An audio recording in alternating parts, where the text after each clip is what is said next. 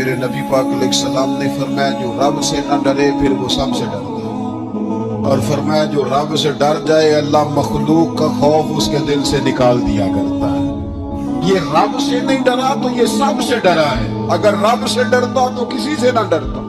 اور حضور فرماتے ہیں دو خوف اللہ جمع نہیں کرے گا۔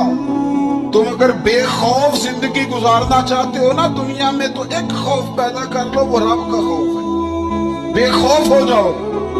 اور اگر تم یہ خوف پیدا نہیں کرتے پھر تو سائے سے ڈرو گے، پھر سانپ سے نہیں رسیوں سے ڈرو گے، پھر تو جگہ جگہ تمہیں کمزور کر دیا جائے، پھر تو لوگ ہر وقت تمہیں بھگائیں گے ڈرائیں گے۔